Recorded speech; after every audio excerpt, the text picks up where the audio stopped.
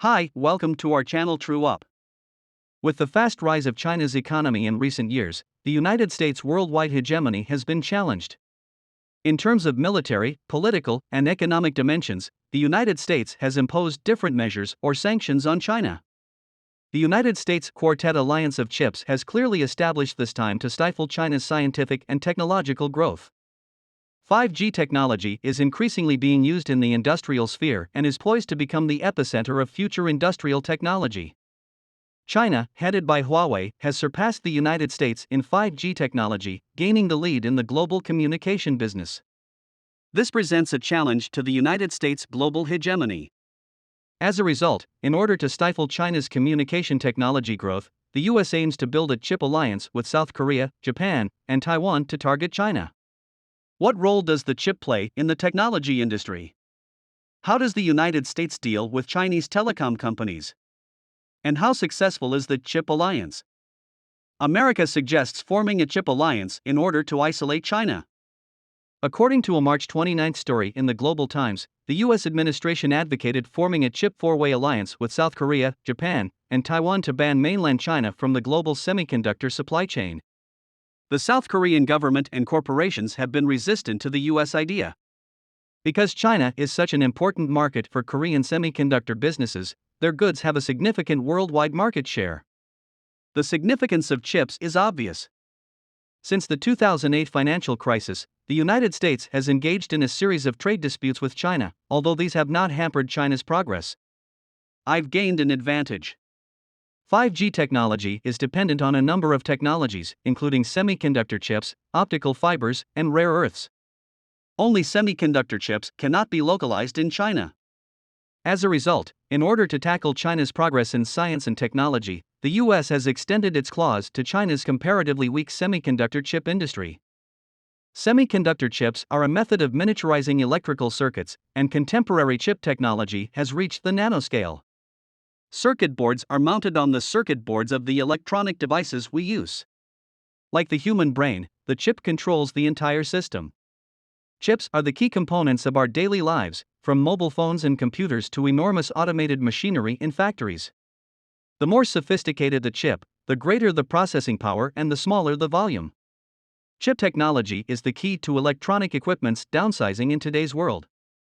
The majority of the world's premier semiconductor research and development businesses are based in the United States, South Korea, Japan, and Europe. 6 of the top 10 chip firms are based in the United States, including the well-known Intel, Nvidia, Qualcomm, AMD, and others. South Korean chips are likewise quite strong. Samsung and SK Hynix are among the firms on the list. Kioxia of Japan and MediaTek of Taiwan are the other two. The United States leads in the field of semiconductor chips, and American businesses dominate the majority of the country, spanning all branches of the chip industry. Japan's semiconductor chips once had a leadership position in sensor and device technology, but they are no longer as robust as they once were. South Korea's semiconductor chip sector is even its cornerstone business. Aside from firms that research and design chips, there are also companies that are primarily responsible for chip mass manufacturing. Taiwan's TSMC, the world's largest chip foundry, is the most well-known. Its large-scale chip manufacturing technology is well ahead of the rest of the world. Many semiconductor firms have outstanding design skills, but they must still rely on TSMC's production processes to mass-produce chips. As a result, the United States has joined these three parties, bringing together nearly all of the main corporations in the semiconductor chip industry. Why can't South Korea accept the proposal? The United States leads the semiconductor business, but Taiwan has a presence in it as well, thanks to TSMC's production strength. South Korea's semiconductor chip sector is likewise quite powerful, and it is even considered a cornerstone industry in the country. However, South Korea has a population of more than 50 million people, and the size of the local market is severely constrained. South Korea's geographical area is not huge, only the size of Zhejiang province in China, and such an area is also constrained for the creation of factories. As a result, global markets and processing units are critical for Samsung and Hynix. These two semiconductor businesses' chip processing operations and key markets are in mainland China. The significance of the Chinese market for South Korea's semiconductor sector cannot be emphasized. The loss of the Chinese market has a significant impact on South Korea. In reality, whether it is the United States or Taiwan, China's exclusion from the semiconductor chip supply chain will be damaged. However, none of them are as reliant on the Chinese market as South Korea, and their losses are minor. South Korea, on the other hand, is unique.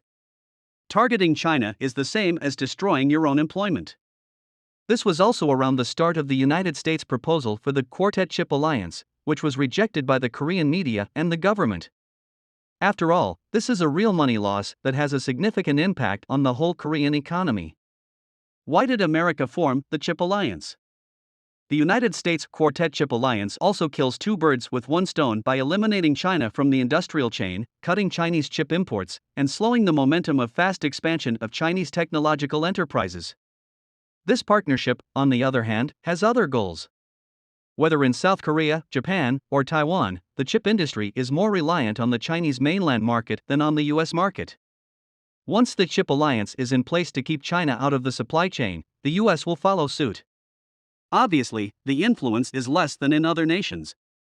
This indirectly reduces the power of semiconductor businesses in South Korea, Japan, and Taiwan, strengthening the US chip monopoly. The United States has a history of prohibiting Chinese companies. In terms of suppressing Chinese technological firms, the United States has demonstrated its rogue behavior. The U.S. Department of Commerce slapped export restrictions on China's ZTE in 2016, resulting in the suspension of ZTE's stock market. Following the imposition of penalties on ZTE, the United States began pursuing Huawei, another Chinese communications powerhouse. The United States put Huawei to the entity list in 2019, and American firms are no longer permitted to provide Huawei with goods. Huawei's industry is separated into three sections: consumer mobile phones, 5G communication company, IT infrastructure. This US embargo has the greatest immediate impact on Huawei's mobile phone industry. Qualcomm processors are used in high-end Huawei phones. Huawei cannot import Qualcomm processors after being included to the entity list. At the same time, Google's partnership was discontinued, and access to Android system upgrades was lost. The consequences of these rules had little influence on local business, but mostly on Huawei's overseas company, which lost more than $10 billion. Fortunately, in my opinion, China has already begun to prepare for the semiconductor business. This high-tech business has a shaky base and a late start. China has been trying hard to catch up with the rest of the world in terms of semiconductor technology. However, despite certain advances in the chip industry over the years, and with Huawei HiSilicon being among the top in the world, China has not been able to actualize the chip industry's self-closed loop, and is still dependent on the global chip industry chain. If this chip quadrilateral alliance is formed, it will still have an influence on China's chip development, as well as on the containment of Chinese technology. Thanks for watching our video. We would appreciate it if you subscribed our channel and gave us a thumb. See you.